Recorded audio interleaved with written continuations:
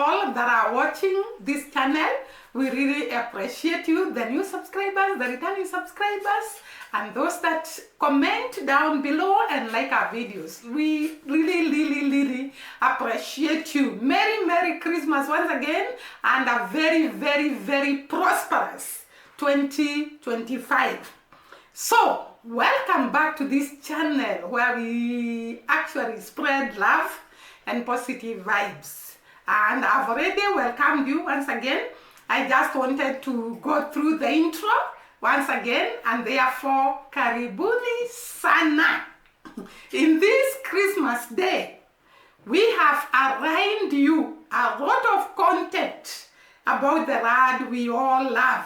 And today, we are going to look at some two great women that I have come to admire, that I have come to like, that I have come to love their story.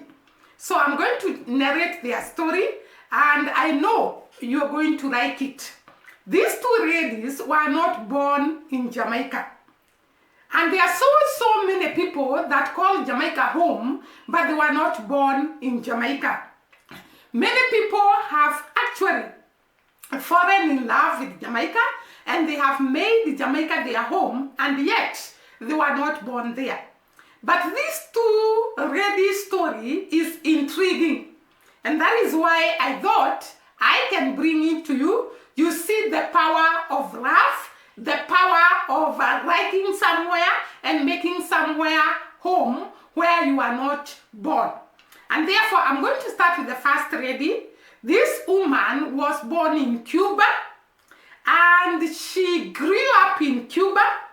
And according to her, in Cuba, you don't receive a very good news about other countries. Actually, she said that when you receive news about other countries apart from Cuba, they are, in those days when she used to be in Cuba, they could be painted gray and dark colors, such that she thought the rest of the world is dark. And therefore, she never desired to go outside Cuba or leave alone, make another country her home. But love has power. This woman came across a Jamaican gentleman when she was actually 20 years old, and she fell in love, and the rest I'm going to narrate to you. But before I go to the story of falling in love and how she happened to go to Jamaica and make Jamaica her home, let us first listen to her telling us about Cuba and how she never even imagined that she could come out of Cuba and go to another country and make that country home. So let us listen to her, and then I'll come back. Moved to Jamaica because a man. It sounds simple if you put it that way, and I'm sure Vibes Cartel wife can relate to me. But it is way more than that, and I am very excited about this video because I get this question all the time, and I never get the platform that is wide enough, that give me the opportunity to explain to details what that entail. So let's just, all jokes aside, let's just go back to the beginning. Let's go back to the beginning and the real reason why I moved to Jamaica. And yes, there is a man involved, my husband. We've been together for 22 years and we have been married for 21. And our story is very different. And we're not going to be talking about how we got married and how our relationship went and all of that. That is a subject for another video, so make sure to stay tuned. So we got married. We were very young. I was still 19 years old and he was already 20 years old. Yes, I am 41. I know a lot of you don't believe me. I know a lot of you feel like I'm lying about my age, but it is what it is. 41, it is what it is. You know, I'm an 80s baby. I have little, I'm sure you can see little wrinkles over here. So it is what it is. All woman, all food. My husband was studying in Cuba, and something happened that he has to go back to Jamaica. Back then, we were not married yet. We were just boyfriend and girlfriend. And I have not been ever a fan of long distance relationship, and I was really in love with him. Bear in mind, we only know each other for a year, and the only way that I could leave Cuba. Yeah, hold on, my baby just he needs to drink some of my water. Hold on. You finished now? It's hot. It's hot water. I drink hot water. At a very young age, I learned that it takes a special type of people to be able to endure what long distance relationship require, and I really don't have that in me. So when I am with somebody and I'm committed to that person, I am going to follow them to the ends of the earth, no matter where they're going. My story as of why I left Cuba is different from many of those Cubans that have left Cuba. Unlike majority of Cubans, I never had the intention of leaving Cuba. I grew up in a household where my grandfather lived in the United States and my auntie migrated to the United States with him. However, my grandmother, my mom's mom, and my mom never had any intention of leaving Cuba, especially not to go to the United States. So I grew up enjoying my life in Cuba, making the best of it. I have so many fond memories of the 20 years of my life that I live in Cuba, how worry free I was, how stress free I was. I felt really free because I didn't have back in Cuba many of the burdens that I have right now living in a democratic world. I didn't know anything about Jamaica. I had little to no knowledge about Jamaica. Maybe I knew a few songs from Bob Marley. I had no idea how Jamaica look. I had no idea how Jamaican people look. I knew nothing about Jamaica until I met my husband. Then I started knowing a little bit more. Back then there was no internet. So you have heard the story of this lady, how she never imagined in her life to actually come out of Cuba. And actually she says, since she's a dancer, she dreamt of going to other country to perform, but she never imagined making another country her home. So she absolutely believed that in her lifetime, she's going to spend the rest of her life in Cuba. But love is a magnet, and they say love is blind. And therefore, this woman came across a Jamaican gentleman, and she fell in love. And she says, when you fall in love, you cannot resist to do anything for this man that you have just met. And therefore, this woman was ready to relocate from Cuba to Jamaica. But before the relocation, there is a sweet story that this woman has narrated.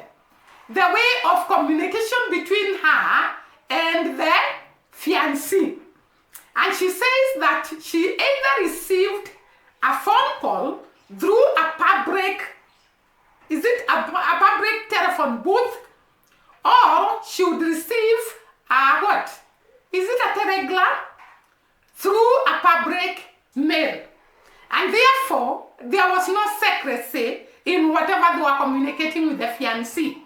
The challenge of communication made them to have a long distance relationship without a lot of communication because of the barrier of the telephone. I think it is an era when there were no mobile phones, and therefore there was this public booth, public phones, and communicating through writing to each other.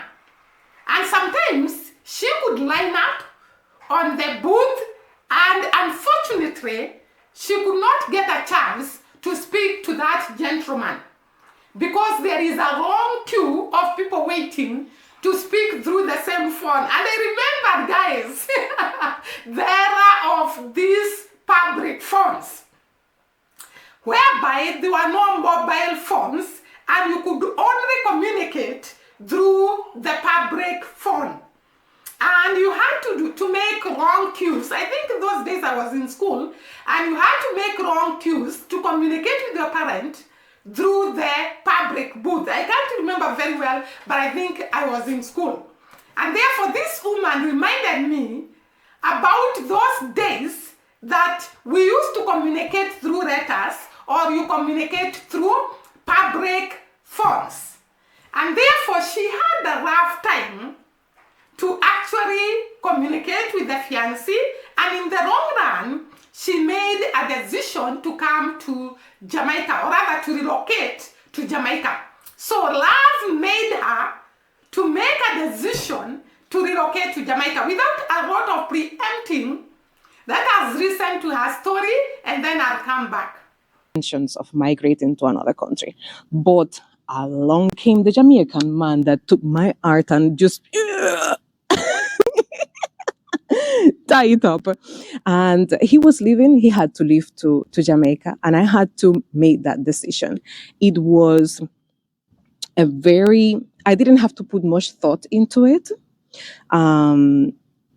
It was, I had a very short period of time to make up my mind and decide that yes, I am going to follow you, go to Jamaica. Like it was a no-brainer. Like I knew from the moment I met him that this was the man I was going to do everything that was in my power to spend the rest of my life with.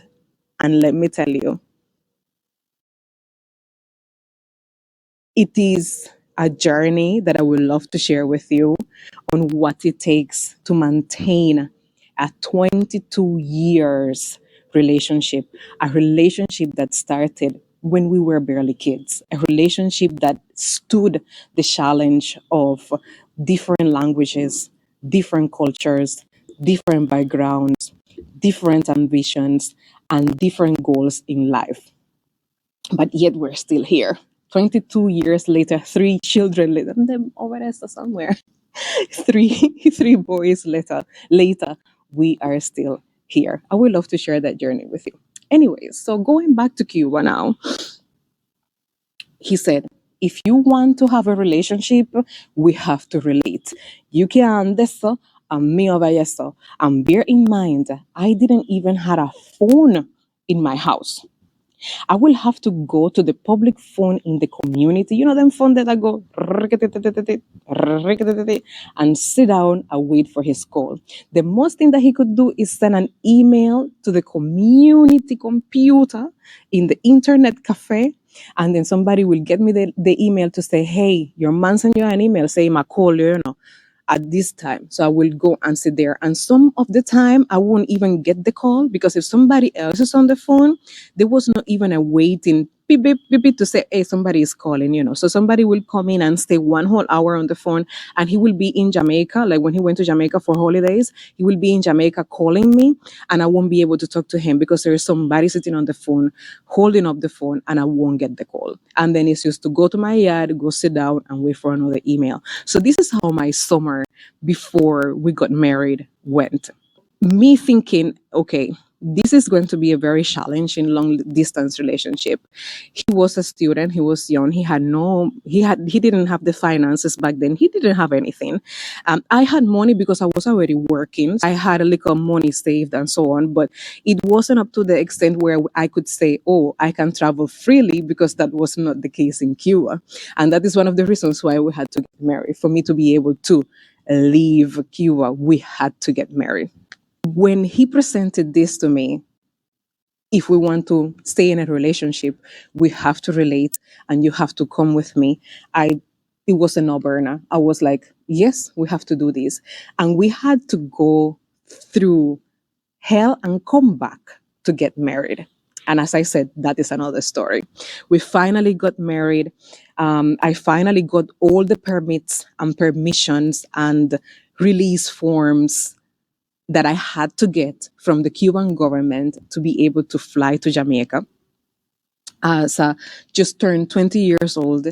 I hopped in a plane, and it was my very first time going in an airplane. It was Air Jamaica back then.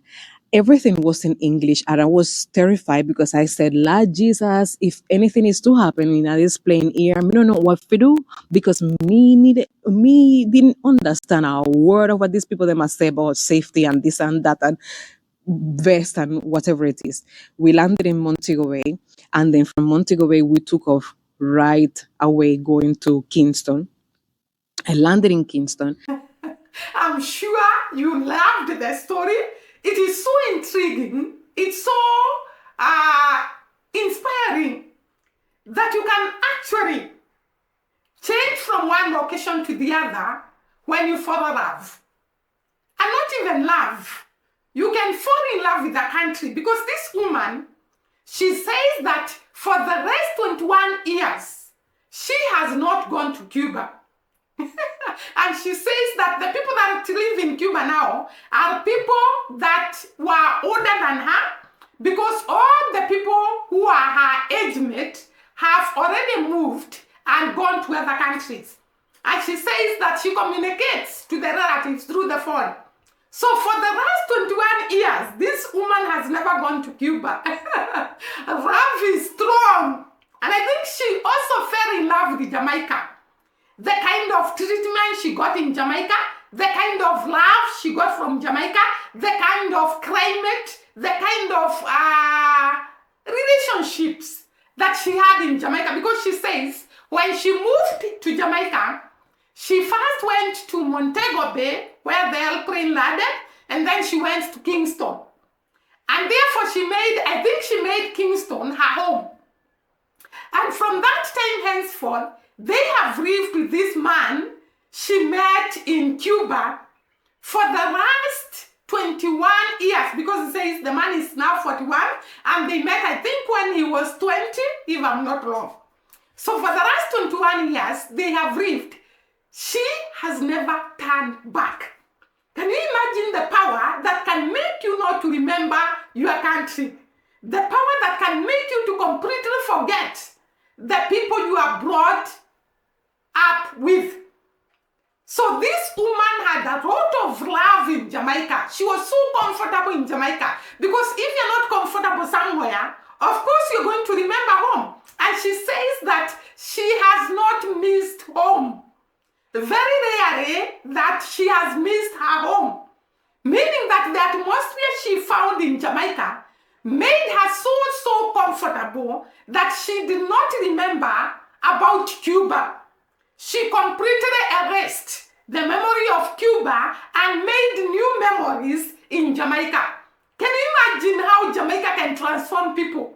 How Jamaica can make people change their destiny? How Jamaica can make someone get settled and never remember home? No wonder we could hear Dimongo telling us that she now will make Jamaica home, and she completely forgot about Kenya.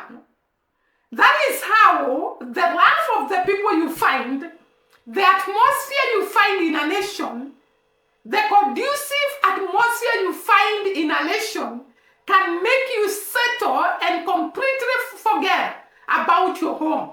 This woman talks about fruits in Jamaica, the food in Jamaica, and she says that she has not missed her home. That means this lady fell in love with Jamaica, and she did not feel like turning back, going back to Cuba, or even going to look at or to just visit in Cuba. She has lived in Jamaica with her husband, and she says they have 3 children, but she has not gone back to Cuba. That is the power of love. Jamaica has the magic to make people forget even where they came from. It has the magic to make you live in that country without remembering your own country. And we have seen it with so many people. The other lady I was talking about is Irina. Irina is a lady or a woman who came from Ukraine. And she says that she had traveled to so many countries. And when she decided to settle, she had to choose where to settle. And it happened that she found Jamaica a better place to settle and make home.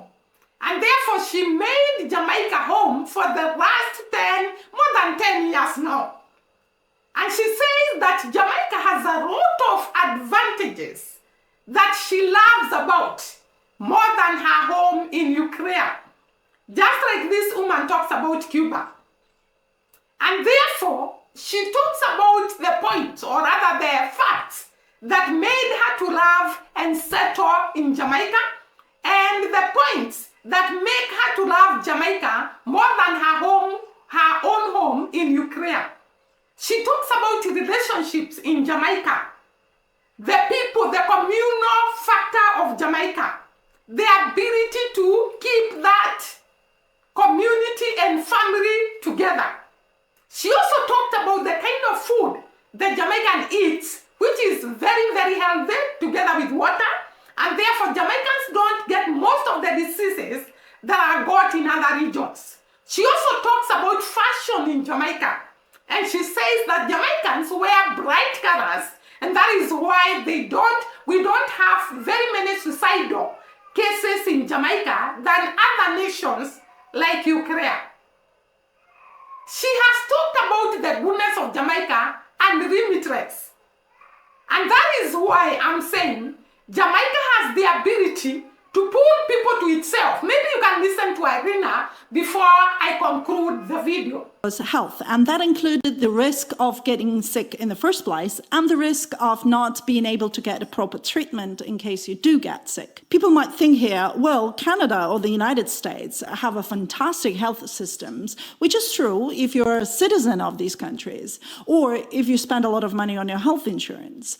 However, there was hardly any information about Jamaican healthcare system in the internet, so I had to rely pretty much on the statistics on how many people get sick, why they get sick, quality of life, and life expectancy. And surprisingly, Jamaica was pretty good on all of these points, especially if you compare it with other countries within the tropical area. Remember, I already cut off Europe because of winter. So Jamaica is kind of a sweet spot when it comes to health situation and climate.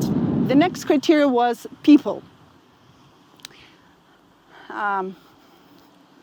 You see, Jamaican people are probably some of the most sincere people I've ever seen in my life. If they like you, you would know for sure. If they don't like you, they're not going to talk behind your back. They will just come and say it straight into your face. I'm fine with it.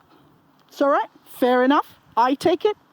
It's fine. Yes, I know a lot of people would prefer to, keep smiling at somebody even if they don't really have a particularly high opinion of this person. But people would prefer this because they would consider this being polite or politically correct or whatever. I personally had enough of this while I lived in Europe. I prefer when people say what they think, and Jamaicans are just people like that. You see, there is one thing about Jamaicans. They would never stick their nose into somebody's business for no reason. Like, they're not going to look over the fence and then go and call the police and say, oh, they have this grass a little taller than they should and stuff like that. But when you need help, they would usually be right there and they won't ask for anything in return. Now, of course, this is just a general impression I have after living here for 6 years. And maybe I'm just lucky and I kept meeting really nice people. I don't know. Maybe that's something that is not typical for Jamaicans. But when I was doing the research, I just wrote to a few Jamaicans through Facebook and asking them questions about Jamaica, and they were very kind and replied back and explained everything to me, which was like they were just people I didn't even know. Why would they care and spend their time answering the questions of some stranger? But that's exactly what the experience I had. Guys, you have heard it from the horse's mouth that there are so many factors that made Arena to fall in love with Jamaica, to love Jamaica, to settle in Jamaica, to feel Jamaica is like another home. She never felt that in any other country she had visited apart from Jamaica. This is the power of love, the power of magnetic power of Jamaica pulling people to itself. And you tell us to stop talking about Jamaica? People migrate from all over the world and settle in Jamaica because they feel comfortable, they feel loved, they feel accommodated, they feel like they are in another home. The love of Jamaica from these two women is epic. It shows us what kind of a country Jamaica is. The loving people, the climate, the type of food, the conducive atmosphere, and all that, the family ties, the culture. Very great factors that make people to be comfortable in Jamaica than their own country. Can you imagine settling in a strange land and making that land to be your home, and you don't go back for 10 years or for 21 years? That is something to celebrate. To the people of Jamaica, you have a wonderful land. And that is why people come and forget about where they came from. Because they feel at home. They feel comfortable. They feel accommodated. They feel good. Guys, I think that will be the end of the video. Once again, bye-bye. See you during the next video, and God bless you.